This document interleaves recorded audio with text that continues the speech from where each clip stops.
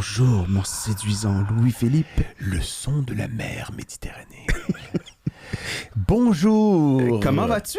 Ah, plutôt bien, je te dirais. Je te sens énergisé. Je sais pas si fébrile est le bon mot, mais fiévreux. On est comme des enfants à la veille d'une tempête de neige. Oui, justement. Parlons-en de cette intemporalité bâtarde. Nous vous accueillons dans le studio de Machine 4771. à Sainte-Thérèse. La belle. Voilà. On remercie Dan à la console. Et Seb dans son divan. Non, moi j'espérais que tu dises et notre invité qui nous regarde, Béate.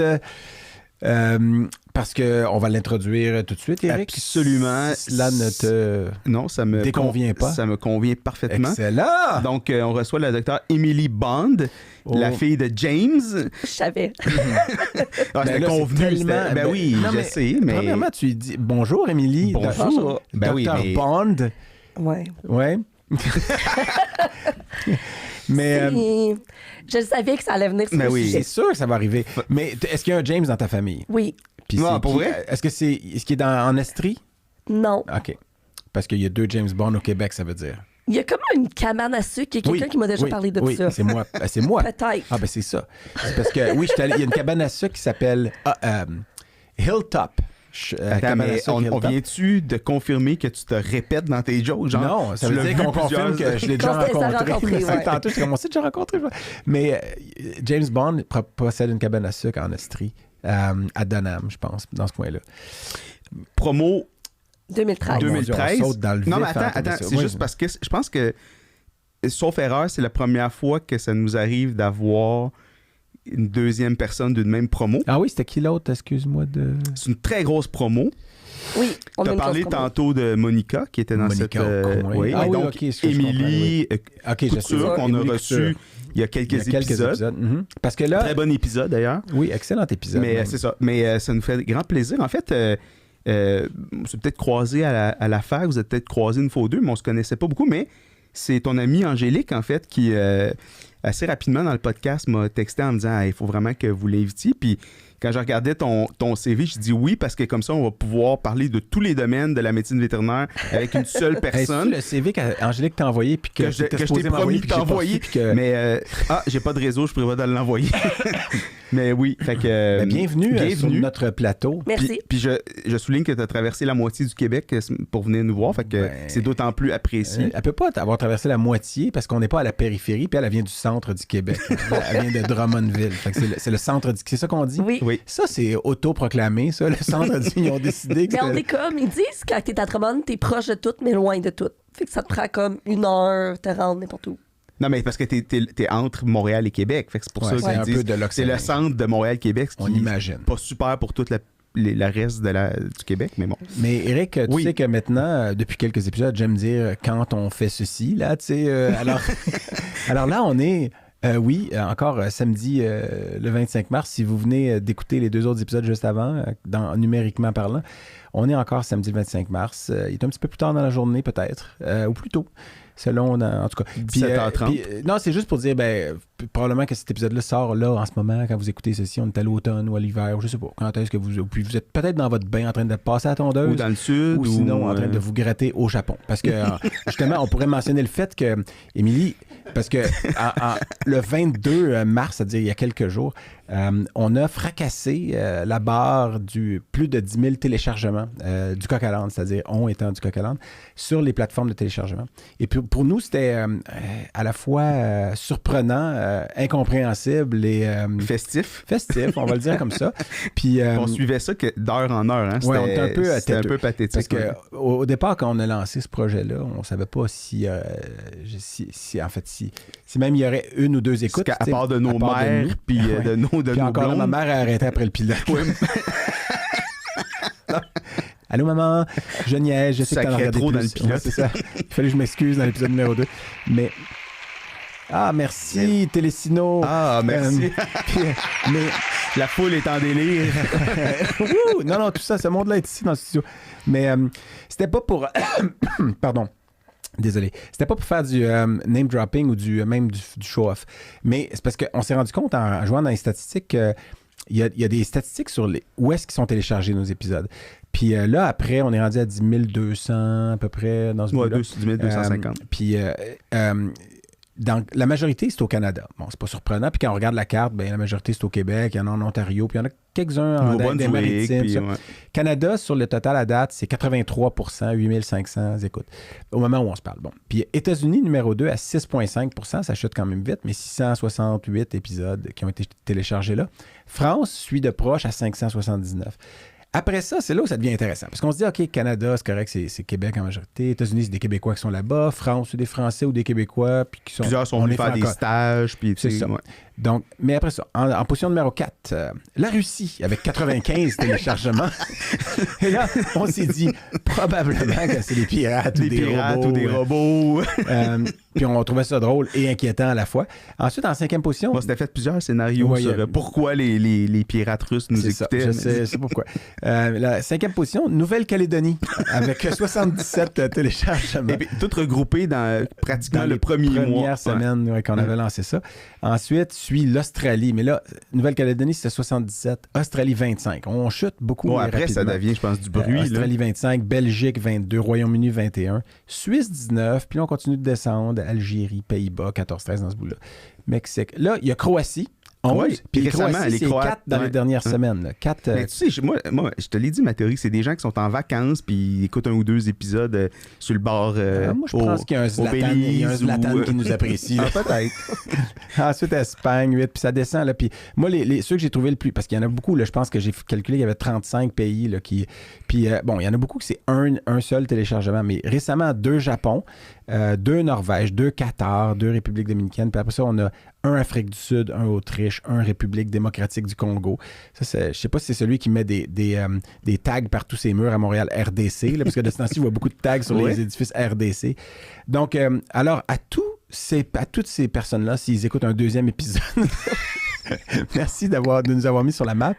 Puis à tous les autres, surtout d'ici, le Canada, États-Unis, en fait de partout, mais merci d'écouter.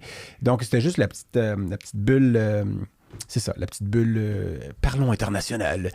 Parce que je te laisse, tu as une intro, je sens que t'es vraiment dans le... Tu veux partir, là. Ben oui, ben non. Mais donc, en fait, Émilie, récemment, ou en tout cas, ça fait peut-être pas très longtemps, ton poste actuel, c'est directrice des programmes. Des programmes, oui.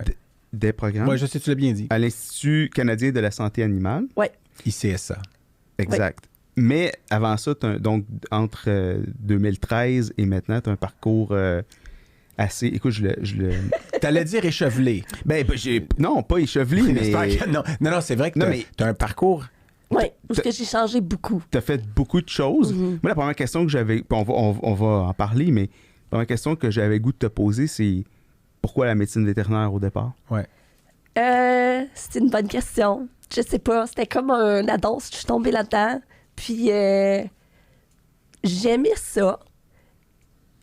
Sans plus en première année. Puis mes parents m'avaient dit, tu sais, continue là-dedans. En médecine de première année de medvet, ouais. Après être rentré, là. Oui. Ce qui m'a poussé à appliquer au départ, parce que j'avais appris à l'Université de Montréal en espagnol, puis en génie biomédical, puis en medvet. J'étais comme indécise. C'est assez éclectique comme choix. Oui. Ça, c'était en sortant du cégep? Oui. OK. Toi, tu viens de Gatineau, c'est ça? C'est ça, je viens de Gatineau. Puis tu as fait ton cégep à Gatineau. Mais attends. Puis, moi, j'ai fait mon cégep à Gatineau. Oui, Gabriel Roy. Gatineau. C'est ça. Donc, il s'appelle comment maintenant? Le cégep, Gabriel Roy. Ah oui, il s'appelait Félix Leclerc dans mon temps. Ils ont décidé... OK, fait que c'est comme la branche Félix Leclerc ou c'est le même, c'est cégep de l'Outaouais. Mais c'est vraiment l'ancien Gatineau, quoi, là, c'est ça? Oui. OK. Tu as donc rentré en médecine vétérinaire. Après avoir, dans ces 3 choix-là, tu as décidé de faire de la... Mais je m'étais dit quand que j'avais appliqué puis j'avais été acceptée que c'était comme le plus difficile à rentrer. Fait qu'au pire, si j'aimais pas ça, je pourrais tout le temps revenir en arrière. C'était comme ça ma logique. OK, il y a une logique. Mais puis le début en première année, tu difficile. n'étais pas sûr. Puis c'est vrai que la première année, ça peut être rough. Là. Des fois, c'est moins appliqué. C'est sûr que c'est moins appliqué. C'est un apprentissage brutal du baby-foot. En tout cas, dans mon cas, ça a été ça. Non, mais c'est plus pareil maintenant. Okay. T'es vieux, là. Mais la première année du programme de 5 ans, tu as fait le programme de Oui, moi, j'avais fait le programme de 5 ans. Moi, j'étais pas sûre. Puis, Tu sais, je m'étais beaucoup impliquée dans plusieurs clubs. Dans le temps, il y avait le club d'entrepreneurship vétérinaire que j'étais sous José Lenny Robichaud qui était passé ici avant. Oui, oui. Puis dans l'association des étudiants, puis des choses comme ça. Fait que ce côté-là, j'aimais beaucoup. J'aime la science. Fait que ça m'interpellait. Puis, tu sais, mes parents ils étaient tout le temps comme, ben, tu sais, c'est vraiment quelque chose de bien. Fait que continue, je t'attends que t'es comme sûr de où est-ce que tu t'en vas. C'est pas un mauvais diplôme à avoir, mettons. Ben, en fait, nous, à l'époque, on s'en rendait peut-être moins compte, mais ça rouvre énormément de portes. Puis ton parcours de la suite le prouve, là, c'est que c'est une formation qui est très large comme perspective d'emploi. Ça peut mener vers le podcasting, même, je pense. Par exemple. Ouais. Ben, puis c'est une des choses que mes parents me disaient, tu sais, ils étaient comme, c'est juste comme un autre bac en sciences, dans le fond, que tu vas pouvoir utiliser comme un tremplin vers d'autres choses après. Mais c'est pas faux. On le voit pas comme ça quand quelqu'un veut aller vers ce domaine-là, puis que c'est ça qu'il veut depuis toujours, ben c'est pas ça que tu vois. Tu vois, tu as déjà une idée en tête de ce que tu penses que tu vas faire, puis c'est pas nécessairement ce que tu vas finir par faire, mais tu le vois de façon assez simpliste peut-être, ce à quoi tu as été exposé. Mais il y en a, tu sais, de penser comme... C'est tes parents qui pensaient comme ça? Parce que dans le sens, mais ils n'ont pas tort. C'est pas grand monde qui le voit comme ça. Non, c'est... Mais, tu sais, je pense que, puis... Tu sais, moi, j'ai tout le temps été quelqu'un qui avait de la facilité à l'école. Fait que... quand que je rencontre d'autres vétérinaires maintenant qui savent pas où ce qui s'en va ou qui se disent peut-être que la pratique, c'est pas pour moi, notre instinct en tant que vétérinaire, parce qu'on est comme sélectionné par nos notes, par notre rigueur de travail, c'est « Ah, je sais pas ce que je vais faire, je vais retourner à l'école. Parce que c'est comme un connu pour nous autres qui est facile, entre guillemets. Étudier puis avoir des notes, ouais. C'est ça. Puis moi, j'aime ça, essayer de dire, ben, tu sais, essaie d'autres choses. Tu vas voir que l'expérience de travail, ça va t'ouvrir des portes aussi, là. C'est pas nécessaire tout le temps de retourner à l'école. Non, c'est vrai. Mais ça, c'est super intéressant parce qu'en fait, c'est vrai que des fois, quand tu arrives à la fin de ton programme, il y en a des gens qui vont... Ils vont sentir...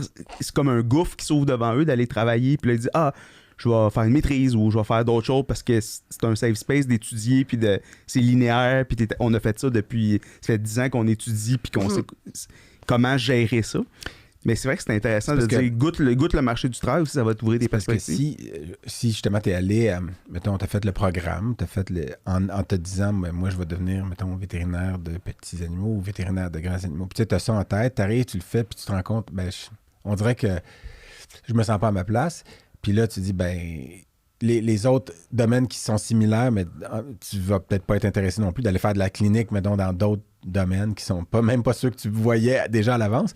Mais après ça, de voir que, par contre, il y a quelque chose que tu sais déjà tout ça. Peut-être t'es pas à ta place quand tu fais cette partie-là, mais il y a tout ça autour, tu sais. Fait que là, c'est pharma, recherche, tu sais, milieu, enseignement, etc., enseigner au cégep. Tu sais, moi, j'ai des amis qui enseignent au cégep, mettons, à des techniciens en santé animale, que quand il était dans ma promo, ben, je pensais pas nécessairement qu'il ferait ça. Là, Ouais. Je dis pas qu'il était pas bon pédagogue, puis en fait, il l'était probablement. Il y en a qui m'expliquaient des choses. Puis, mais est-ce que je les voyais enseigner au cégep? Non. Puis il et elle non plus, dans le sens où, fait qu'on le sait pas. La réalité, on le sait pas. On pense qu'on va aimer ce qu'on... Mais, Non, mais en tout cas, moi, ça résonne ce que tu dis parce que moi, quand j'ai fini mon internat, je voulais faire de l'imagerie. J'ai pas été pro-matching. J'en ai déjà parlé dans d'autres épisodes, mais j'ai fait de l'informatique. Est-ce que t'es vraiment à ta place en imagerie? Ça, c'est sûr qu'on peut questionner ça. Mais tu sais, moi, j'ai passé par l'informatique. J'ai fait d'autres choses qui étaient connexes, mais qui étaient liées avec la médecine vétérinaire. C'était en lien avec l'enseignement de la médecine vétérinaire. Puis je suis revenu après ça. Fait que, tu sais, c'était intéressant de dire qu'en fait, on a des outils pour tester d'autres choses. Puis d'aller apprendre à te connaître, puis de vraiment après savoir qu'est-ce qui t'intéresse plus. Là, c'était intéressant. Moi, il y a comme 2 affaires dans mon parcours qui a comme un petit peu changé mon parcours. Il y en a un que, dans le fond, vu que je viens de Gatineau... ça change le parcours de tout le monde. Là. On est proche d'Ottawa. Puis Ottawa, c'est la ville des fonctionnaires. Fait que moi, je suis rentrée à l'agence en tant qu'étudiante d'été, mais pas dans les abattoirs. Vraiment comme dans les bureaux du gouvernement. Mais ça, c'était donc... T'étais l'été entre quelle année? J'essaie de me souvenir, je pense 3, 4. Fait que je l'avais fait 2 étés de suite. Parce qu'en fait, c'est intéressant parce que tantôt, je te montrais cette photo-là, hors d'onde, puis je sais pas si on peut... on la verra pas parce que... C'est une photo où elle reçoit un prix. Ouais, c'est le prix Victor Théodule Doubigny. Exactement. Je sais pas si on me fait signe à la console d'agrandir. Là. Donc, là, c'est entre la 4e et la 5e année.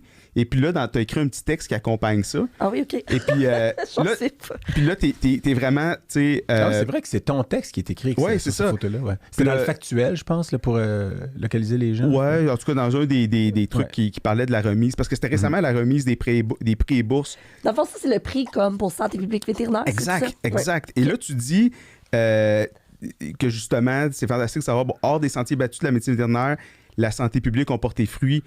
Ça, c'est ce que tu mentionnes pendant tes stages. Puis que là, tu vises, en fait, justement, la santé publique, puis le One Health, puis tout ça. Donc, tu le disais. Donc là, à un moment donné, dans ton parcours, tu as découvert ça. Puis là, je te laisse continuer tes stages que tu parles. Fait qu'en 5e année à Saint-Hyacinthe, tu as l'option de choisir santé publique et industrie. Je pense, dans le temps, je sais pas si c'est encore vrai, mais je pense que oui, on est la seule faculté qui fait ça. Fait que, tu sais, c'est comme une voie autre que petit, grand, écueil. Mais attends, tu dis que cette option-là n'existe pas, par exemple, dans les autres facultés canadiennes? Il n'y a pas ce track-là. Il n'y a pas ce track-là. Fait que, dans le fond, moi, la plupart de mes stages en 5e, ils ont été faits soit en industrie pharmaceutique, en recherche ou en santé publique vétérinaire. Puis c'est là que j'ai vraiment comme pu goûter à comme une panoplie de choses différentes. Parce que souvent, et trop souvent, santé publique vétérinaire, c'est comme « Ah, t'es à l'agence en abattoir. Mais toi, tu as choisi de faire ça, plus de stages là-dedans. Pourquoi? Parce que justement, tu ne te voyais pas aller en clinique ou moins, ou tu voulais élargir carrément? Ben, c'est à travers mon emploi d'été, j'avais comme vraiment cliqué dans cette atmosphère-là. Je trouvais que je pouvais apporter plus de changements. Je recherchais comme un travail où j'allais apporter des changements plus larges que, mettons, dans one-on-one, dans une consulte avec... Puis ça ressemblait à quoi, ce stage-là d'étudiant? Mettons, c'était quoi ton rôle? À quoi on t'a introduit pendant ces stages-là? Les premières étés, je travaillais sur une base de données sur les maladies à déclaration obligatoire. Fait que là, je regardais un petit peu les fichiers là-dedans, puis je les réécrivais pour qu'ils soient plus à jour, puis ces choses-là. La deuxième été, moi, je travaillais dans la section, en fait, des pestes de plantes. Fait que c'était comme l'importation de plantes ou d'insectes ou des choses comme ça. Fait que tout le côté réglementaire, c'est pas vraiment un travail de vétérinaire. Il n'y a pas de vétérinaire qui travaille théoriquement dans ce... C'est des agronomes ou des... Ouais, en bio, des choses comme ça, ouais. Fait que c'est là que le côté plus, justement, réglementaire qui t'a plus allumé, en fait. Mais ils font une bonne job à l'agence quand que tu rentres à travers leur programme d'étudiants de te faire rencontrer plein de personnes pendant ton été. Fait Est-ce que tu avais un les modules de mentor, formation sont clairs aussi. On a des modules de formation quand même assez bien faits. Là, moi, j'ai travaillé dans les abattoirs. Là, quand j'étais avant d'être... OK, je me demandais comment tu sortais de cette expérience. C'est parce que tout est fait, puis c'est gouvernemental. Fait que c'est des affaires qui ont pris du temps à faire, mais c'est vrai que quand tu les regardes, c'est des outils qui sont utiles, puis c'est bien organisé. Mais il y a eu beaucoup de travail de longue haleine en arrière de ça. Là. Mais je pense qu'il y a des choses comme ça qui sont bien faites. Après, c'est vrai que le rôle, tu disais, on pense à abattoir, mais on pense à des choses peut-être même autres qui sont obscures puis qu'on sait carrément pas. Moi, quand je me faisais dire, je l'avais vu en abattoir, c'est quoi le travail du vétérinaire? Moi, j'étais inspecteur des viandes comme étudiant. Là. Mais après, quand tu me dis à l'agence, je sais qu'ils sont bien plus que juste ceux qui sont dans les abattoirs, mais qu'est-ce qu'ils font les autres? Puis des fois, on le sait pas, on pense à OK, l'approbation des médicaments, puis ci, puis ça. Ouais. OK, mais après... puis toutes les maladies à déclaration obligatoire, la rage, tu sais... Oui, puis en fait, les médicaments, c'est pas l'inspection, là, c'est plus la DMV, la direction des médicaments vétérinaires, tout ça. Mais, le dépistage de la tuberculose bovine, toutes ces choses-là, en fait, qui sont des éléments importants parce qu'en fait, ça... en tout cas, nous, on en entend moins parler dans les animaux de compagnie, mais dans les grands animaux, des fois, ils savent plus que... Ils sont plus au courant de certaines de ces choses-là que nous. Ouais. Mais c'est ça. La protection du cheptel canadien, des exportations, des importations, c'est quand même des éléments importants. Là.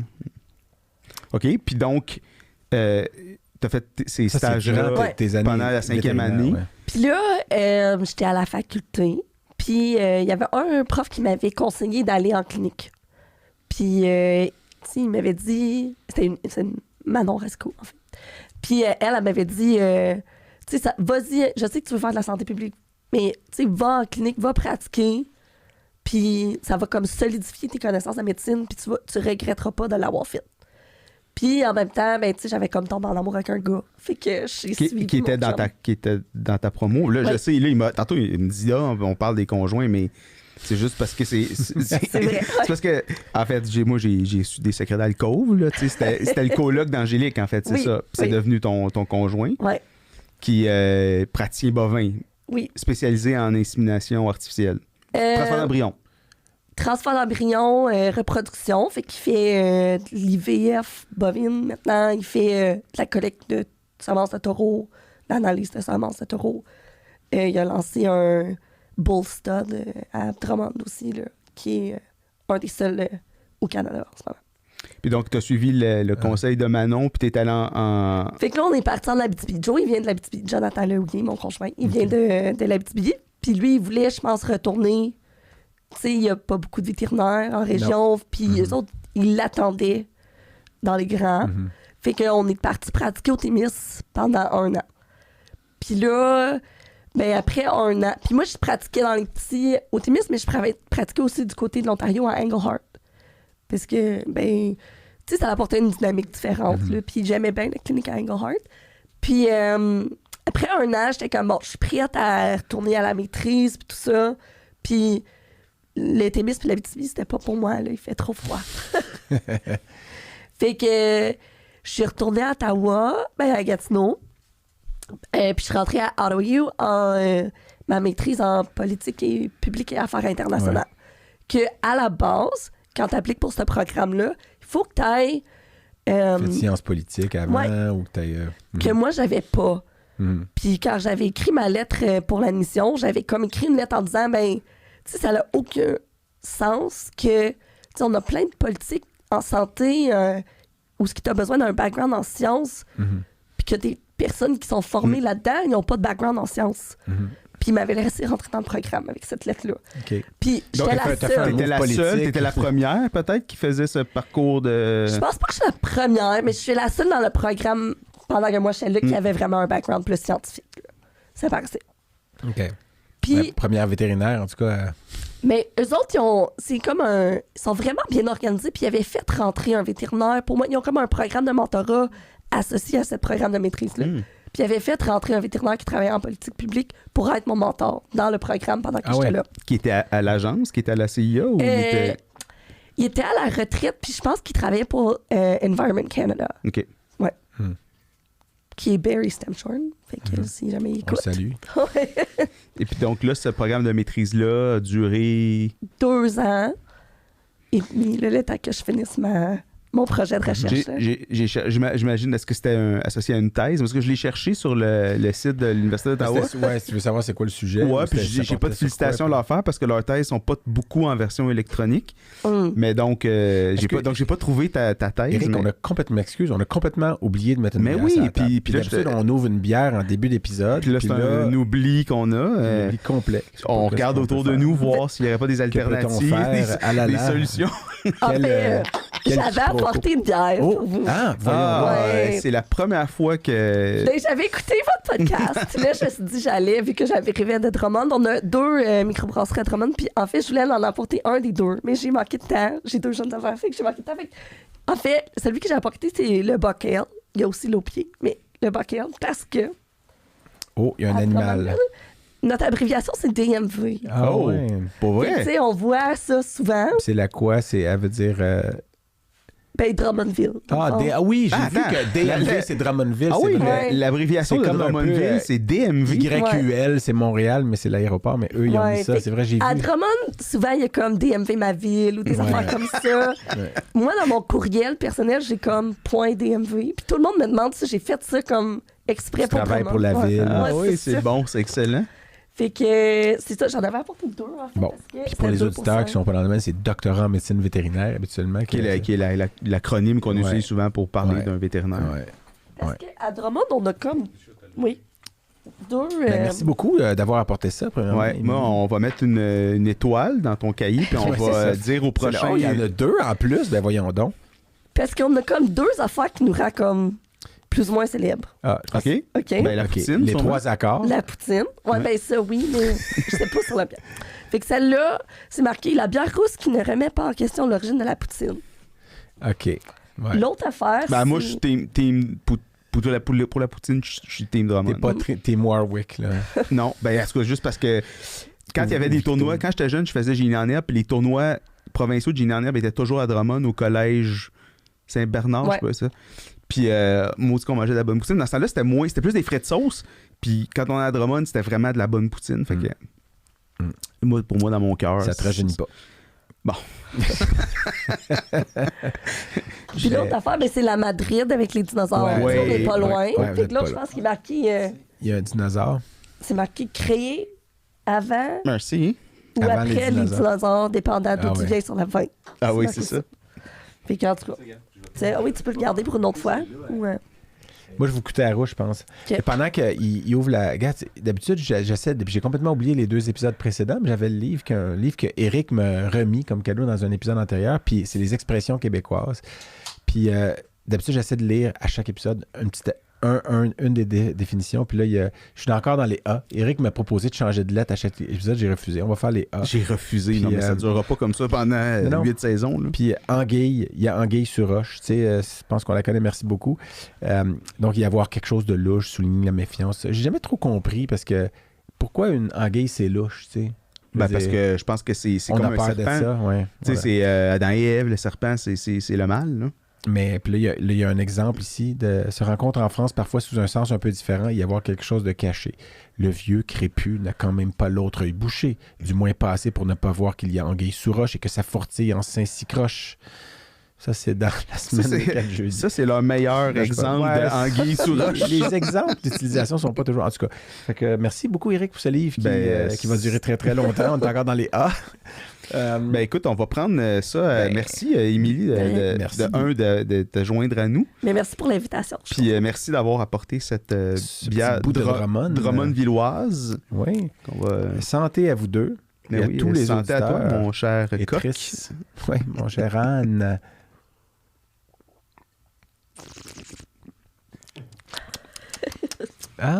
Très bonne, la rousse. Descend bien. Presque aucune amertume. Très, très léger, là, mais un peu de rondeur. La mousse n'est pas... la bousse n'est pas hyper effervescente. Donc, ça, pour ceux qui n'aiment pas trop quand ça picote le palais, là, je vous suggère la DMV rousse. Oui, très bon. Très, très bon. Et donc, tu nous as pas dit le sujet de ton projet, c'est à la maîtrise. Oui, comme je pense que c'était à propos de... Parce qu'en fait, faut que... juste avant de te laisser répondre, c'est que tu as sûrement fait comme moi. Moi, j'ai cherché avec ton nom les publications sur Google Scholar puis PubMed. Puis là, il y a une vétérinaire homonyme, mais c'est Emily Paybound, qui j'imagine qui n'est pas toi parce que c'est plus sur les préservations des tortues puis tout ça. C'est pas moi. Puis là, ça devenait vraiment difficile de démêler. Ça pouvait-tu être toi, ça pouvait pas être toi, je sais pas. Fait que je suis curieux de savoir c'est quoi ton sujet de maîtrise pour voir. Après, je vais pouvoir inférer lesquels des trucs que j'ai trouvés étaient plus possiblement venant de toi. D'accord. Faut tout le temps que je réfléchisse parce que, dans le fond, je connais beaucoup les terminologies en anglais. La plupart du temps, je travaille en anglais. Fait que c'était sur... c'est une analyse du... le plan d'action pan-canadien sur l'antibiorésistance. OK. Donc, tu as travaillé sur l'utilisation judicieuse des antibiotiques puis l'antibiorésistance. Oui, mais pas tant sur l'utilisation comme telle, mais c'est une analyse du plan du gouvernement. Parce que dans le fond, moi, je travaille en politique publique, fait que je regarde tout le temps les politiques qui sortent, comme les règlements qu'eux autres ils mettent en place, les politiques qu'ils mettent en place, puis je fais des analyses de tout ça, puis je leur dis que, mais oui ou non, ça va fonctionner ou pas. Mais, OK, mais attends. Donc, il existe un plan sur la résistance...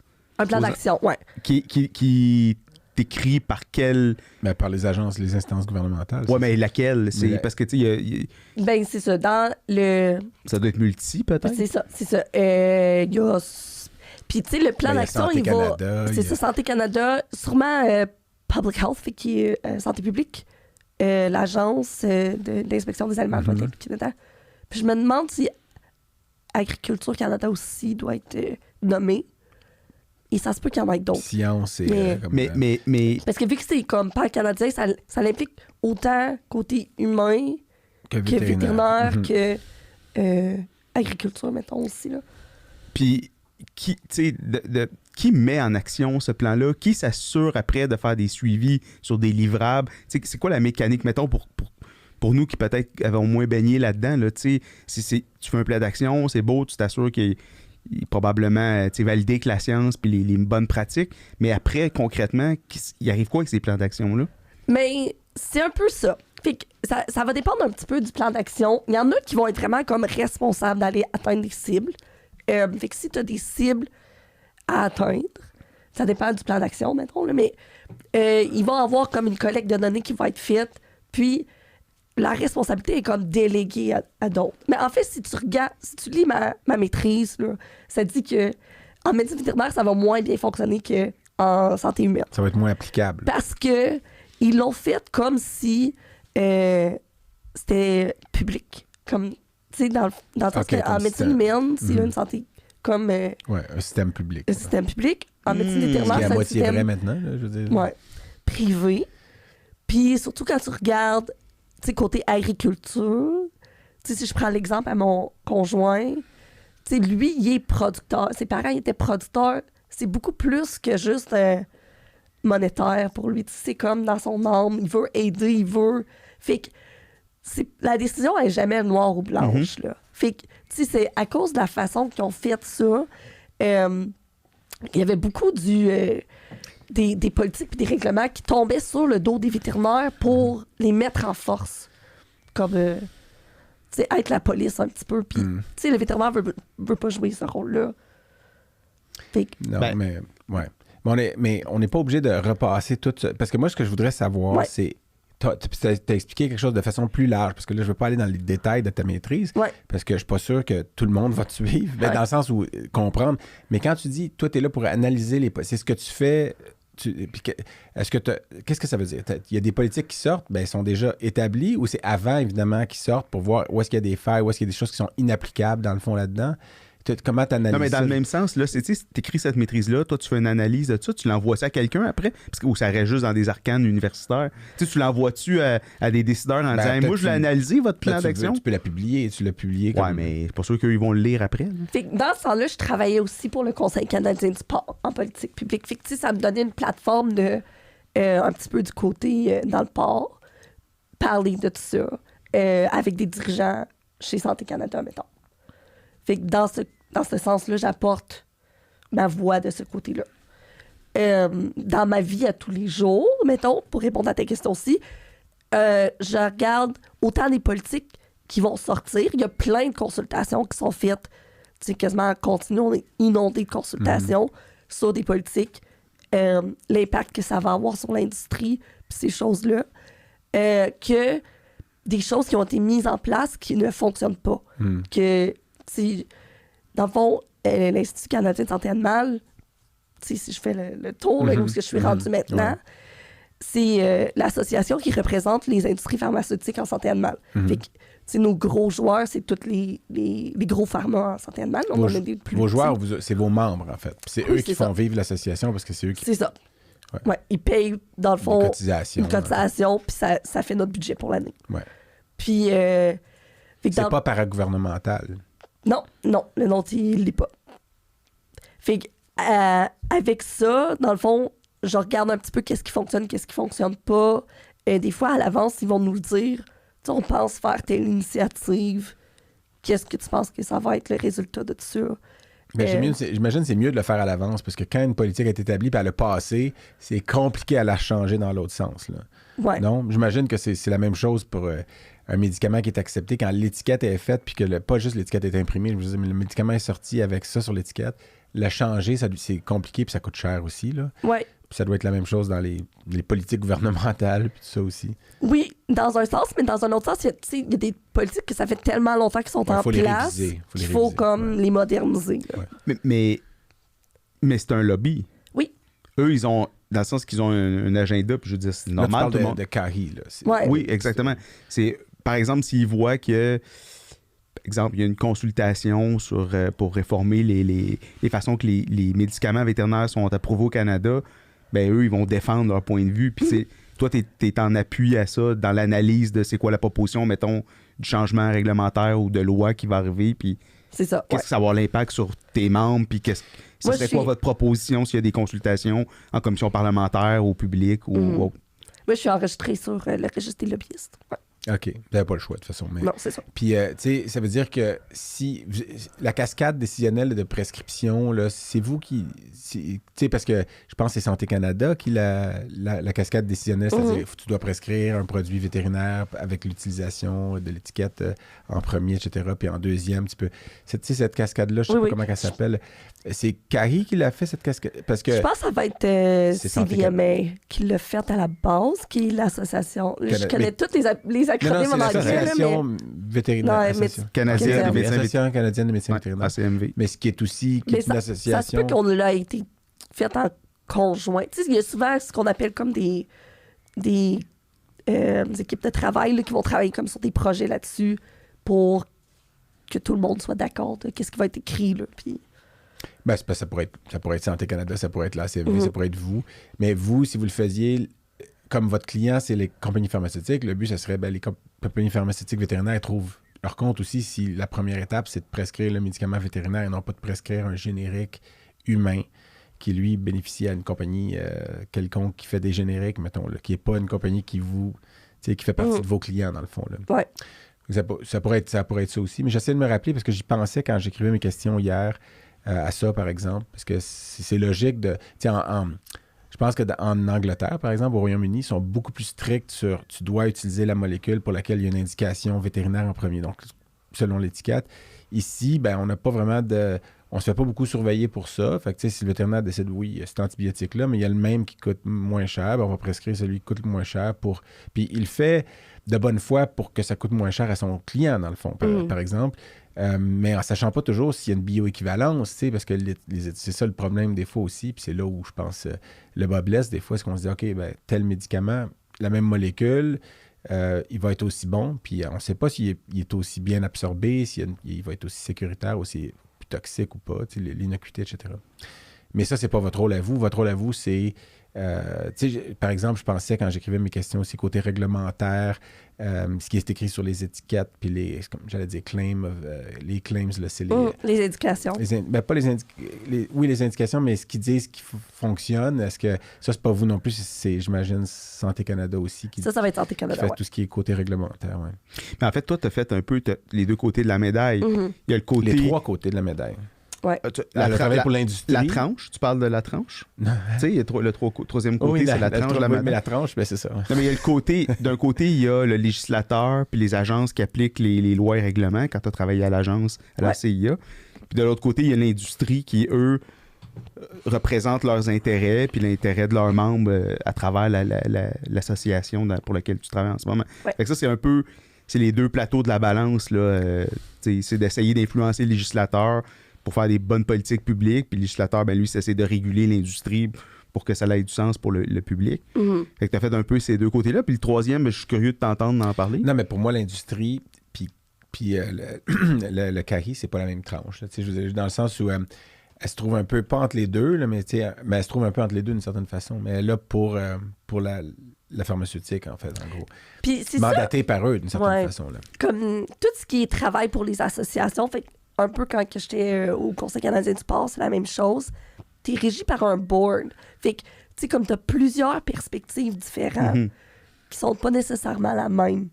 C'est un défi, là, tu sais, d'arriver à comme un genre de consensus pour représenter quand même bien tes différents membres. J'aime cet aspect-là de la chose. Fait que, tu sais, t'es pas nécessairement 100% aligné avec l'industrie parce que souvent, tu sais, t'es en dialogue continu avec les régulateurs. Fait que tu vas leur dire, ça s'en vient, là. Faut qu'on fasse quelque chose. Même si vous n'êtes pas d'accord, ça s'en vient. On est mieux de le faire de façon proactive que d'attendre que ça soit réglementé. Tu sais, fait il y a des affaires que des fois, on pousse un petit peu l'industrie à se développer plus rapidement parce qu'on le sait qu'il y a des règlements qui s'en viennent par rapport à ça. Fait que, tu sais, on est limité dans la quantité de jeux qu'on a, là, mettons. Mais toi, ton rôle, il est plus en termes de conseils scientifiques, c'est-à-dire c'est d'aller les alimenter sur ce qui se fait un peu dans littérature, bonne pratique, tout ça, ou c'est vraiment plus un rôle qui est politique, puis qui est stratégique, puis qui est... Je pense que c'est un peu des deux. Le rôle que moi j'ai, c'est pas nécessairement un rôle qui est destiné pour un vétérinaire. Je pense que ça leur apporte de quoi que moi je le suis. Surtout que j'ai travaillé en pharma, puis aussi que j'ai travaillé en pratique privée. Fait que, tu sais, j'ai quand même plusieurs dimensions que j'apporte quand je leur fais des recommandations. Mais ce serait pas nécessaire d'avoir un vétérinaire au poste que tu occupes en ce moment. C'est ça. Tu sais, je lisais sur le site, je suis allé sur la page web, parce que Carrie, je connaissais un peu, parce que mon ex-conjointe travaillait pour Pharma, en médecine réglementaire aussi, puis tout ça.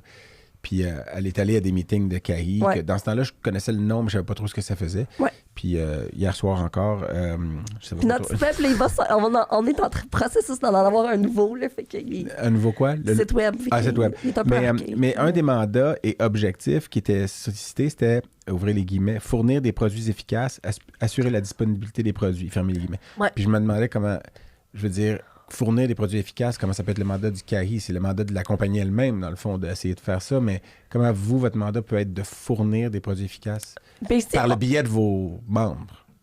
Oui, puis par le biais de la réglementation. Dans le sens que ça, c'est un des plus gros enjeux sur lesquels on travaille, là, l'accessibilité des médicaments vétérinaires au Canada. L'accessibilité, ça veut dire la disponibilité ou le prix ou le... Amener des médicaments vétérinaires sur le marché canadien. C'est ce que c'était ma question suivante. Qui sont disponibles, par exemple, aux États-Unis ou en Europe, mais pas ici encore. Exactement. Donc, demander à Santé Canada de peut-être pas faciliter, parce que c'est pas parce que les États-Unis, la FDA l'a approuvé ou l'EMA en Europe l'a approuvé que automatiquement, on doit le faire nous aussi. Là. C'est ça. Mais eux ont fait souvent le travail, puis c'est du travail acharné de voir l'innocuité, l'efficacité, etc.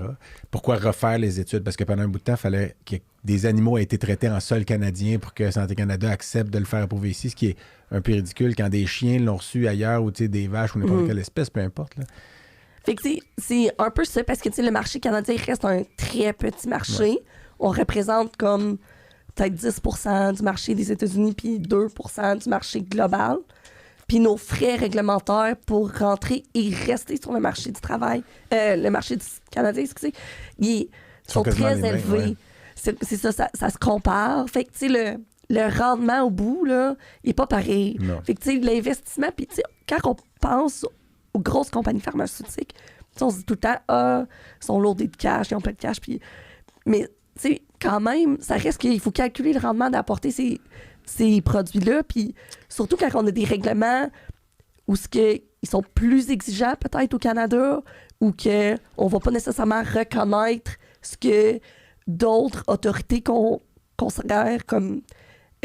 en anglais, on dit Trusted Regulatory Authorities. C'est la comme, FDA, mettons, versus ou l'Union européenne, des choses comme ça. Mais ça fait... Puis je dis pas que c'est moi qui a une idée de génie, c'est pas ça que je dis, mais ça fait longtemps que j'ai parlé avec des compagnies pharmaceutiques en leur disant, quand vous prévoyez telle molécule, on est en phase d'étude préclinique pour la faire approuver.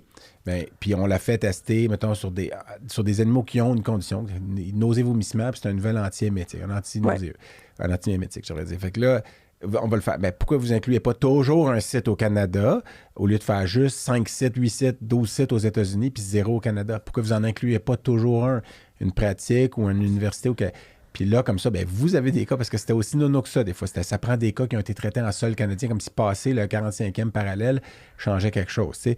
Puis là, il me disait, c'est pas si simple que ça, parce que là, il faut quand même que la molécule rentre au Canada, que Santé Canada la laisse rentrer dans le biais de l'étude. Mais cette partie-là n'est pas si compliquée que ça. Puis pendant des années, ça se faisait pas. Puis là, il est approuvé là-bas, pas ici. Puis des fois, vice-versa. Là aussi, il y a d'autres raisons. Puis des fois, Santé Canada, puis là, je fais pas leur procès du tout, mais il y a eu des fois où, pour une certaine raison, ils ont accepté que certains médicaments rentrent puis soient approuvés ici, puis d'autres fois non. Puis évidemment, ils ont du monde qui est là, puis qui travaille fort, puis qui ont leur connaissance. Mais il y a des fois où, moi, j'ai fait des demandes de médicaments d'urgence parce qu'ils n'étaient pas disponibles ici. Puis la lettre que j'avais reçue pour m'expliquer pourquoi ils ne voulaient pas le laisser rentrer, pour moi, faisait pas de sens. Je me disais, la personne qui m'a répondu ça, elle n'a pas d'idée c'est quoi traiter un patient qui a le cancer, en tout cas, parce qu'elle disait, c'est un produit très toxique. Ben oui, c'est un anticancéreux. Ils sont tous toxiques, on veut tuer des cellules avec. Mais attends, mais là, moi, je vais t'arrêter 2 secondes. Oui, là. vas-y. Parce que c'est pas mon entrevue, c'est la sienne aussi. Non, mais c'est intéressant. Raison. C'est juste que tu as dit une affaire qui est pour le grand public puis les radiologistes, c'était pas clair. C'est important de clarifier. Oui, c'est ça. Le truc, là, les demandes de médicaments d'urgence, peut-être juste expliquer ce que c'est. Ben, brièvement, là, c'est... par exemple, il y a un médicament qui est disponible aux États-Unis ou en Europe, mais qui n'est pas disponible sur le marché au Canada. Bon, on pourrait choisir d'essayer de le faire rentrer par le marché noir, mais on va se mettre dans le trou, puis c'est pas la bonne façon de faire, puis on sait même pas si ça va être le bon médicament. Après ça, la bonne façon de faire, puis c'est la façon qu'on fait, c'est de passer par Santé Canada, de faire une demande, puis on appelle ça de médicaments d'urgence. Ça veut pas dire que l'animal est en problème urgent, ça peut être une maladie chronique, mais on veut utiliser ce médicament-là qui, par exemple, aux États-Unis est approuvé pour cette maladie-là, bien, moi, je veux le faire rentrer au Canada pour ce patient-là, pour un patient. Puis là, il faut remplir le document, on l'envoie, eux, ils acceptent, ils envoient à la compagnie, quand ils acceptent, ils envoient la compagnie aux États-Unis va nous envoyer le médicament à nous, ça passe par Santé Canada. Mais des fois, si moi, je suis le premier au Canada à demander le médicament X, donc je fais une demande, Santé Canada va dire, il faut que vous ouvriez un dossier. Fait que là, il faut que j'envoie, c'est ma job à moi, comme vétérinaire qui veut prescrire le médicament X, aller en sortir les études qui ont été faites, ce qui est disponible. Des fois, c'est des choses qui sont disponibles facilement sur le web. Des fois, c'est des formations un peu plus difficiles à trouver, mais puis leur envoyer, leur dire, voici ce qui a été fait à date comme étude, comme publication. Moi, je veux le rentrer pour traiter un patient qui a cette condition-là, parce qu'il n'y a rien d'autre de disponible. Puis là, c'est là où, des fois, c'est là où ça va être plus difficile. Parce que s'il est déjà rentré avant moi, quand je fais une demande, mettons, un oncologue qui l'a fait rentrer en Colombie-Britannique s'est fait accepter sa demande, puis moi, je suis le deuxième à demander le même médicament, il va rentrer parce que si j'ai la bonne indication... Le chemin est tracé. L'autre a fait le travail. Ouais. Des fois, quand tu es la première personne à faire une demande de médicament d'urgence pour un médicament X, ça peut être compliqué. Il faut que tu fasses un travail de fond.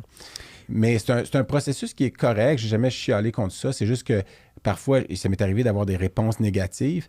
Puis évidemment, c'est frustrant, puis on pourrait dire, ouais, c'est toujours frustrant d'avoir une réponse négative, mais l'argumentaire était pas nécessairement bon. Tu sais, si je demandais à d'autres oncologues de lire l'argumentaire, je m'étais fait remettre, c'était frustrant parce qu'on voit qu'ils ne comprenaient pas la réalité de c'est quoi. Tu sais, citer que c'est un médicament toxique qui est dangereux pour les femmes enceintes, je dis, ben oui, mais il y en a plein de médicaments ici qu'on utilise à tous les jours est dangereux. Tu sais, c'est pas un médicament qui est pire que ceux qu'on utilise déjà. Tu sais, c'est comme si on faisait rentrer quelque chose. Mais tu sais, après ça, c'est leur travail quand même de mettre des balises, mais j'ai contre-argumenté, puis ça finit par être accepté avec le... Tu sais, c'est un échange à un moment donné aussi. C'est pas toujours non, c'est non, puis ça va rester non. Là. Puis je suis conscient qu'on est des gérants d'estrade, là, en buvant une bière, nous trois, on changera pas la politique, là, mais... peut-être, mais tu sais, puis les pays n'aiment pas abandonner leur souveraineté, mais pourquoi il n'y a pas une agence nord-américaine intégrée comme il y a en Europe? Tu sais, si chacun des pays européens devait faire l'exercice, ce qui n'était pas mal le cas, là, 30 ans, pourquoi... Il y a eu la pratique médicale est quand même assez similaire entre les États-Unis et le Canada. Je parle autant humain que vétérinaire, qu'on pourrait avoir une seule agence, non? Il y a une entente qui a été signée là, il y a quelques années pour faciliter ça. Fait qu'il y a toujours des projets d'harmonisation, autant avec les États-Unis qu'avec l'Europe ou l'Australie, la Nouvelle-Zélande. C'est comme les pays le Japon aussi rentre là-dedans. Les pays qu'on voit le plus de similarité qu'on pourrait éventuellement comme accepter des études ou accepter qu'il y ait les autorités réglementaires de ce pays-là qui approuveraient des choses. Puis c'est tout le temps une de nos demandes. On veut plus d'harmonisation comme ça. Mais c'est la façon que tout est délégué au Canada à partir des actes. Food and Drugs Act, par exemple, Pesticide Act. Fait que, ça tombe sous la juridiction de certains départements. Pour changer ça, là, ça va loin, là. Tu changes pas juste une politique, tu changes comme vraiment les actes comme tels. Ça serait arrivé jamais. Mais il y a eu une tentative de rapprochement entre la FDA côté vétérinaire puis Santé Canada, la direction des médicaments vétérinaires, pour que si jamais des produits sont approuvés, faciliter le fait que ça va devenir approuvé ici sans avoir à tout repasser le processus au complet. Ça sauverait des sous, puis ça ferait que ça pourrait être disponible potentiellement plus rapidement. Mais puis il y a eu déjà des médicaments qui ont bénéficié de cette entente-là, là, entre les deux gouvernements, entre les deux fédéraux, finalement. Mais c'est quand même encore long. C'est encore jeune là, comme initiative. Il n'y en a pas beaucoup de produits qui ont passé par là encore. Il n'y en a pas beaucoup. Mais je me posais la question, parce que là, ça m'est venu en t'écoutant. Est-ce que les compagnies qui font de du compounding, là, du fait sur mesure. Là. Ouais. Est-ce qu'ils sont membres de la CARI? Non. Ils sont peut-être dans nos membres. Oups, j'ai peut-être touché le micro. Ils sont peut-être dans nos membres associés. Dans le fond, on a comme des membres complets. Qu'eux autres, c'est le monde qui ont comme des DIN sur le marché. Ouais. Des DIN, c'est Drug Identification Number ou NID, numéro d'identification. C'est drogue, ouais. Ouais, drogue, en tout cas en français. Puis, on a des membres associés, puis on a comme une 60aine. Ça va être comme des personnes en lien avec les pharmaceutiques ou l'industrie vétérinaire. Fait que ça se pourrait qu'on en ait certains là-dedans. C'est sûr que, quand on parle de préparation magistrale, ils sont vraiment moins réglementés. Oui, pas mal moins quand même. Là. Oui. Puis, quand on parle des mesures que les vétérinaires utilisent, mettons, tu as parlé de Emergency Drug Release, qui est comme le processus que tu appliques à Santé Canada pour avoir un produit qui est disponible ailleurs. Tu sais, des fois, il n'y a pas de produit disponible ailleurs. Fait que, mais des fois, ils vont... Tu sais, il y a d'autres options, là. Tu sais, fait que il y a des vétérinaires qui vont faire des préparations magistrales, comme du compounding. Tu sais, ça a quand même des conséquences quand on pense à ça. Puis, des fois, les vétérinaires puis la population en général sont pas nécessairement au courant de ces conséquences-là. Fait que... En fait, souvent, ils sont pas. Ouais. Fait que, tu sais, quand on parle... Est-ce que je lève la main, là? Oui, vas-y. Non, dans ceux qui sont pas au courant, là. Ben même, je pense qu'il y a des... Tu sais, le vétérinaire qui prescrit, là, le prescripteur, le fait de bonne foi en se disant ça va être plus facile pour mon patient, c'est un liquide, ça va être plus facile à administrer, dosage, etc. Mais il n'a pas nécessairement lu les études qui disent que peut-être que la formulation liquide est moins... La durée qui perd l'efficacité rapidement, l'absorption. Tu sais, puis la compagnie n'a pas nécessairement fait. Des fois, ils vont citer d'autres études qui ont démontré ça, mais leur excipient n'est pas le même que dans cette étude-là, etc. Fait que, tu sais, il y a énormément de variables et de facteurs qui entrent en ligne qui font que, finalement, le produit qu'on a, même s'il est écrit ça sur la bouteille, on ne le sait pas si ça va faire l'effet de l'équivalent en produit officiel, tu sais, qui est fait par une compagnie pharmaceutique. Et elle a des règles très strictes à suivre. C'est ça. Mais c'est pas un peu étonnant que justement l'industrie soit réglementée comme ça, mais que moi, sous mon comptoir, je puisse faire un mélange de 2-3 affaires, puis que ça, c'est pas réglementé. Mais ce trou-là, il vient de où? C'est un oubli? Pas juste moi sur mon comptoir, les compagnies qui font de la magistrale, parce que là, si on parle ils vendent des millions de dollars de médicaments. Fait qu'en plus, ils font quand même des gros montants. Des gros volumes de médicaments. Sans toujours avoir eu à dépenser les sous pour mener à la production de ce médicament-là, à part le produit lui-même puis la manipulation, mais ils n'ont pas fait les études qui viennent avec, parce qu'on dit toujours... Mais puis c'est pas seulement ça, c'est que aussi, quand que tu regardes les ingrédients qu'eux autres, mettons, tu sais, quand tu regardes, mettons, une drogue X, tu as l'ingrédient ABCD. Quand que c'est fait par une compagnie pharmaceutique puis ça a été approuvé par Santé Canada, mais tous les emplacements, là, où ils ont sourcé les ingrédients, où ils ont mélangé les ingrédients, où ils ont fait le packaging, ils ont tout ce qu'on appelle un DEL, qui est comme un Drug Establishment License. C'est comme un certificat que ça fait partie des bonnes pratiques de fabrication. Quand que tu fais des préparations magistraux, sont pas nécessairement soumis au même règlement. Fait que des fois, tu te ramasses avec comme des impuretés ou des choses comme ça dans le produit parce que la source de ces ingrédients-là, elle tombe pas sous les mêmes règlements que si c'est un produit DIN. Puis juste pour... Puis tu sais, je veux pas généraliser puis dire que tous les produits magistraux sont pas bons. Non, moi non plus. C'est juste que je me posais la question parce que tu es chez CAI, qui est quand même vos clients, c'est les compagnies pharmaceutiques. Puis surtout, j'imagine, c'est celles qui font les produits approuvés puis tout ça. Mais moi, je m'étonne plus du trou réglementaire que de la situation que tu exposes. C'est juste... Ça semble comme avoir été oublié dans...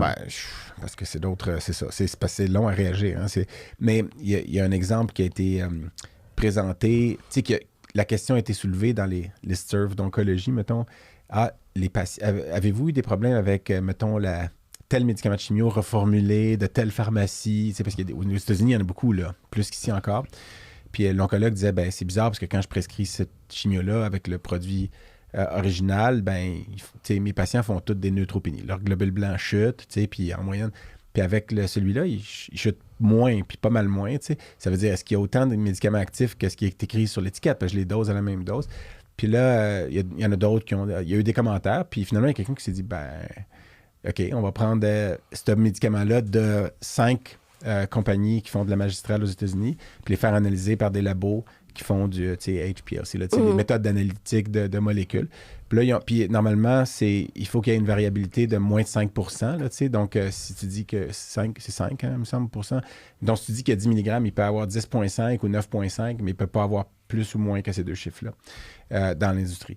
Puis, mais là, il y avait des variabilités que ça allait jusqu'à 30 de plus, puis jusqu'à 40 ou 50 de moins. Fait que la variabilité. Puis il y en a quelques-unes qui étaient quand même dans le quasiment 5 comme le produit. Fait que il y avait des grosses variabilités quand même. Puis, là, ils ont publié l'article, mais c'était un article qui a été publié. Je veux dire, ils citent pas, je ne sais pas s'ils citaient le nom des pharmacies, mais puis ça faisait peur quand tu regardais ça. Fait que tu dis, OK, fait que de la magistrale pour cette chimio-là, ça peut varier beaucoup. C'est pas nécessairement ce qui est écrit sur l'étiquette dans ce cas-là. Puis la pharmacocinétique n'est pas nécessairement, ou pharmacodynamique n'a pas nécessairement été étudiée. Ben là, dépendamment avec quoi ils les mélangent. Puis... Parce que ça, c'est juste une pure analyse chimique de la molécule dans le contenu, mais peut-être que, je sais pas, la capsule ou ce qu'ils ont mis dedans peut aussi affecter l'absorption puis tout le reste, puis c'est moins bien absorbé que l'original encore plus à cause de... Tu as raison, parce que c'est un facteur de plus. Là, ils regardaient, c'était purement la quantité de médicaments actifs. Puis là, tu parles d'un cas dans les petits animaux, mais quand tu regardes dans les grands animaux, tu sais, la responsabilité quand que tu prescris une préparation magistrale tombe sur le vétérinaire qui prescrit. Puis la plupart des vétérinaires qui le prescrivent le savent peut-être pas. Ben nous aussi. Mais oui. Mais dans le sens que si jamais tu arriverais avec des impuretés dans un lot de cochons qui se ramassent à la frontière, puis que la frontière, elle bloque, bien, à un moment donné, ton assurance, elle ne couvrira pas juste... Tu sais, il y a quand même des impacts qui peuvent être assez... majeurs. Ouais. Donc, le vétérinaire, quand il prescrit une préparation magistrale, il en prend la responsabilité. Oui. Alors que ce qui est pas le cas s'il utilise un médicament approuvé selon l'étiquette. C'est ça. Ouais. Ça fait réfléchir. Ben, en tout cas, si tu... C'est parce que la compagnie... Si tu soignes un chien de temps en temps pour des indications que tu connais, c'est correct. Si tu soignes un troupeau de je sais pas combien de têtes de poules ou d'un cheptel de cochon, puis que ça a l'impact sur l'ensemble, c'est sûr que l'impact... Oui, c'est sûr que dans le poulet, c'est différent parce que les autres, pour aller à l'abattoir, ils ont des feuilles de route. Puis des feuilles de route, ils peuvent pas être en dérogation de l'étiquette pour être sur la feuille de route. Fait que c'est différent. Dans le poulet, ça n'arriverait pas. Là, mais... Fait que c'est quoi? C'est plus le porc puis les bovins de... Dans le bovin. Mais des fois, il y a comme pas d'autres alternatives. Fait que, il y avait des produits qui étaient disponibles sur le marché canadien il y a 5 ans qui ne le sont plus.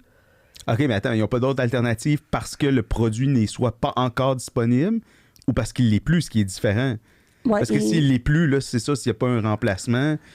C'est ça. Mettons... Non, mais des fois, il l'est plus ici, mais il est encore ailleurs. Oui, non, mais il l'est plus ici. Pourquoi? Parce que la compagnie décide que c'était pas un marché assez rentable. Ben, il le retire ou... Il y a des règlements qui ont été mis en place, mettons, que je parle en 2017, il y a des règlements qui ont été mis en place par rapport aux bonnes pratiques de manufacturation, que certaines compagnies sourçaient des ingrédients dans des sites qui ne correspondent pas nécessairement à ces pratiques-là.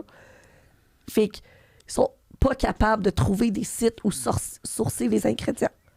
C'est pas un manque d'argent, c'est juste qu'ils n'arrivent pas à trouver dans le monde des sites qui correspondent aux normes qu'on exige au Canada. OK, mais puis peut-être qu'on ne sera pas capable de répondre à cette question-là, mais ça soulève la question, puis ça a été un problème pendant la pandémie, là, des sources d'approvisionnement des matières premières. Ils sont centralisés, puis des fois, il y a juste une compagnie. L'usine à Taïwan qui a eu des problèmes, un feu. Ou Bon, c'est ça. Mais pourquoi, par exemple, en Amérique, on doit être capable de les produire, ces produits? C'est juste une question de coût. Comme ça. Oui, ben non, c'est pas simple. Il faut que tu aies une usine qui est faite pour ça. Puis déjà, il y a toutes les GMP, là, les Good Manufacturing Practice. C'est compliqué. Fait que non, mais attends, mais si les plus gros marchés sont en Amérique puis en Europe, pour les médicaments... C'est une question de coût, là. Ben c'est ça, ça doit être juste une question de coût. C'est pas une question de capacité industrielle ou... Ben, il y a les deux, industriello-technique. C'est que nous... Au Canada, on ne reconnaît pas nécessairement des choses que d'autres pays vont reconnaître. Fait que, par exemple, nous, on ne reconnaît pas un site qui est audité par une firme de consultation. Il faut vraiment que ça soit fait audité par un agent gouvernemental. Versus, mettons, l'Union européenne ou les États-Unis vont le reconnaître. Fait que ce site-là, il va être approuvé aux États-Unis puis en Europe, mais il ne sera pas approuvé au Canada. Fait que, tu sais, la source de l'ingrédient. Les autres vont continuer à pouvoir produire ce même produit-là pour le marché des États-Unis, le marché européen. Mais Canada, nous, on ne reconnaît pas le GMP comme... Bon, dans ce cas-là, équivalent. on est plus strict, on est plus sévère, par exemple. Puis ça nous nuit, d'être strict et sévère pour la pureté. Non, mais attends, c'est intéressant ce que tu viens de dire parce que est-ce qu'on le sait? Est-ce que c'est étudié de savoir si d'avoir une politique réglementaire plus serrée, par exemple, est-ce qu'il y a plus de cas problématiques aux États-Unis en Europe puis que le Canada, par son double standard ou son meilleur standard, a des meilleurs outcomes? Est-ce que le risque surpasse le bénéfice? C'est-à-dire de pas avoir le mais est-ce qu'on médicament l'étudie ça? disponible, Quand on étudie les politiques publiques, est-ce qu'on on le C'est ça sait? que je regarde. Nous, on a des étudiants en analyse de données qui regardent ces genres de choses-là. Finalement, ça peut être intéressant, ton travail. Ça a pris 1 heure pour le savoir. Non. Parce que non, il y a des gens pour qui ça sonne comme là, ça doit être juste lire des politiques. Tu sais, t'es plus... C'est parce que tu sais, les gens qui écoutent à la limite ou pas, ou qui écoutent pas, mais tu sais, qui pensent qu'un vétérinaire, ça flatte des chiots puis des chatons. Alors que, malheureusement, on le fait pas souvent. T'sais, moi, quand j'envoie un chiot et un chaton qui a l'air en santé, je vais aller le flatter là, parce que ça me fait aussi un effet thérapeutique. Je sais pas ce que tu disais que tu faisais pas souvent, flatter des chatons puis des chiens. Non, je flattais des chiens puis des chats, mais j'ai flatte, mais parce que je suis en train de l'examiner, puis souvent, je mets un gant, je pense pas qu'il est super content. Je veux dire, on fait un travail clinique, mais toi, c'est encore plus loin parce que tu vois même pas, tu sais, lui, il est rase, puis il leur met du gel sur la bédaine, puis où il regarde juste leurs images. Je trouve surtout leur problème pour que tu puisses faire de quoi, là? Ça, c'est quand tu le trouves, effectivement, mais il reste pas beaucoup de temps, c'est-à-dire 0 minute. Mais... Non, mais c'est juste qu'à l'époque de la médecine factuelle, je veux dire, je tombe un peu en bas de ma chaise de savoir qu'on n'a pas un meilleur... Tu sais, je veux dire, ça fait pas juste 6 mois qu'on fait ça. Là. Le Canada, il agit comme ça probablement depuis que moi, au moins, je suis vétérinaire. Qu'on n'ait pas un meilleur recul de dire, ah oui, la façon qu'on agit, tu sais, qu'on gère nos politiques publiques... peut nuire aux animaux, finalement. Ouais. Non, mais ça fait qu'on est mieux ou que finalement, c'est des contraintes inutiles. Tu sais, qu'on n'ait pas déjà un recul là-dessus. Je me dis, tabarnouche, c'est beau c'est beau que le législateur fasse des lois. Ça serait peut-être le fun de s'assurer qu'à quelque part, ça a des bons résultats. Tu sais. Ouais. Ça, c'est un dossier. Oui, on est d'accord, c'est ça. Comme une cinquantaine de dossiers que j'ai. Mais ça s'appliquerait à d'autres choses aussi, probablement. Ouais. Mais moi, vu qu'il reste pas beaucoup de temps, parce que je me demandais comment il est Daniel Craig dans la vie. Non, mais ma vraie question, c'était combien de fois tu te fais parler de James Bond à chaque jour? Ou, puis ça, c'est vrai pour toi, ta sœur, je sais pas combien de... C'est un fan fini de James Bond. C'est juste pour que tu le saches. Là. Attends, c'est parce qu'on a eu un invité avant qui comprenait c'est quoi être un fan de James Bond. Puis surtout, c'est André Ducharme, là, l'ancien de Rock et Belles Oreilles, tout ça, puis on a parlé un peu. Puis moi, c'est parce que je suis né le 25 août, le même jour que Sean Connery. Puis... mais c'est pas pour ça que, tu sais, quand j'étais jeune, je regardais ça avec mon père, tu sais, puis moi, ça m'a marqué l'imaginaire, tu sais, regarder. Puis il y a, mais j'imagine que tu en as fait parler souvent, mais il y a un article qui a été publié l'année dernière publié dans Travel Medicine and Infectious Disease en novembre-décembre 2021. Puis l'article s'appelait No Time to Die, an in-depth analysis of James Bond's exposure to infectious agents. Puis Puis No Time to Die, c'était quand ce film-là est sorti. Très bon d'ailleurs. Puis là, c'était écrit par des professeurs des départements de microbiologie et maladies infectieuses d'universités des Pays-Bas et du Royaume-Uni. L'article avait été écrit alors qu'on voyageait beaucoup moins parce que c'était la pandémie. Puis il expliquait que lorsqu'on voyage, on est exposé à de nombreux agents infectieux. Puis il suggérait l'hypothèse que les agents secrets ne prennent pas toujours le temps de prioriser la médecine du voyage, c'est-à-dire qu'ils ont évalué combien... James Bond suivait ou pas les recommandations pour le voyage international dans ses 86 voyages internationaux entre 1962, Dr. No, et 2021, le plus récent. Ils ont passé environ 3113 minutes en soirée par auteur, c'est une moyenne. Ils ont mis le petit tilde, environ 3113 minutes par auteur à évaluer en soirée, à évaluer les films avec rigueur. Mais jamais d'évaluation de jour, c'était en soirée. De soir. Okay. Je vais vous lire ce qu'il disait en anglais, c'était 3,113 minutes of evening hours per author that could easily have been spent on more pressing societal issues. Okay. Puis des minutes qui auraient pu aisément être mises à profit pour s'occuper de problèmes sociétaux plus pressants. Il mentionne, considérant combien inopportun un épisode de diarrhée serait durant un moment d'action où sa vie est en danger, il est surprenant qu'on observe James Bond se laver les mains que 2 fois dans tous ses voyages internationaux, malgré les multiples expositions à des pathogènes d'origine alimentaire. On soumet l'hypothèse que son courage parfois téméraire, le propulsant dans des situations mettant sa vie en danger, pourrait être une conséquence d'une toxoplasmose. Par exemple, ça veut dire qu'il y en a peut-être finalement au cerveau, puis ça le rend fou puis téméraire. L'approche de Bond envers les maladies à transmission vectorielle est erratique, suivant parfois à la lettre les recommandations pour le voyage, mais plus souvent s'approchant d'un comportement suggérant une ignorance complète. Les titres de Ça section... inclut probablement les ITS aussi. Parce que... oui, ça c'était un des chapitres aussi, mais les titres des sous-sections de l'article, c'était très drôle. C'était Nightfall, Sexual Health.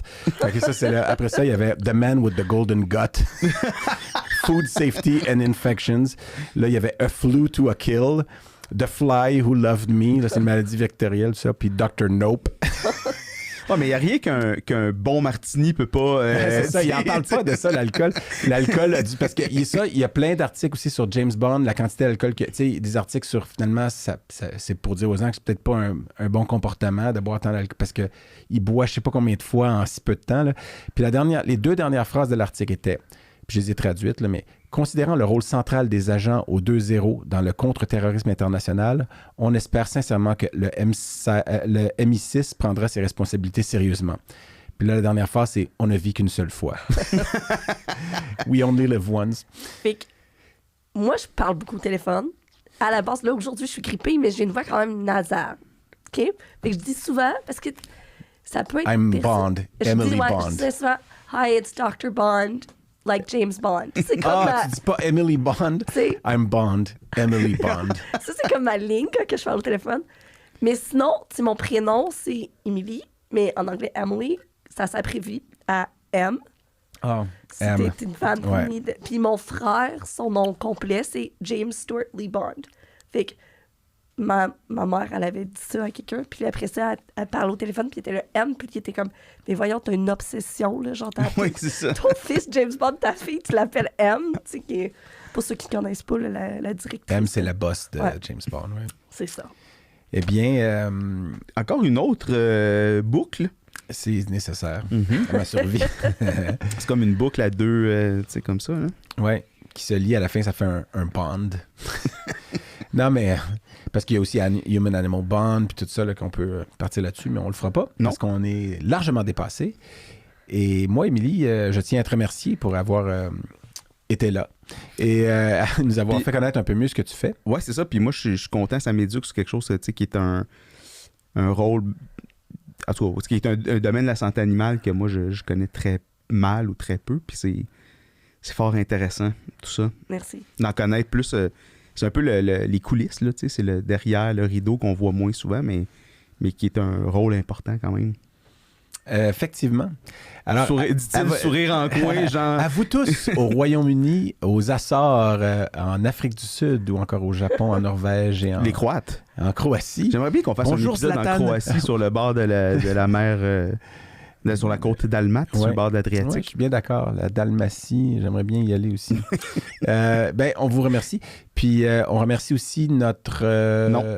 Non? Non? Ben, c'est pas qu'est-ce qu'on remerciait. Notre quoi? Je te laisse finir. Notre bonheur d'être ici. Oui, Non, mais je pense que tu le disais dans mes pensées. Puis Ouais. c'est non la Non, réponse? Ok, c'est, bon. c'était avant. On remercie.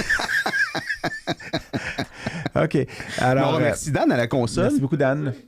Et on se dit au revoir et à... Très bientôt pour un autre épisode du Coq. Alan.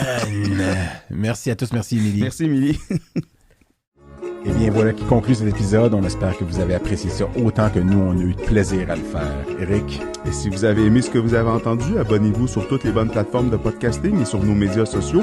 Et on se revoit au prochain épisode. Ah oui.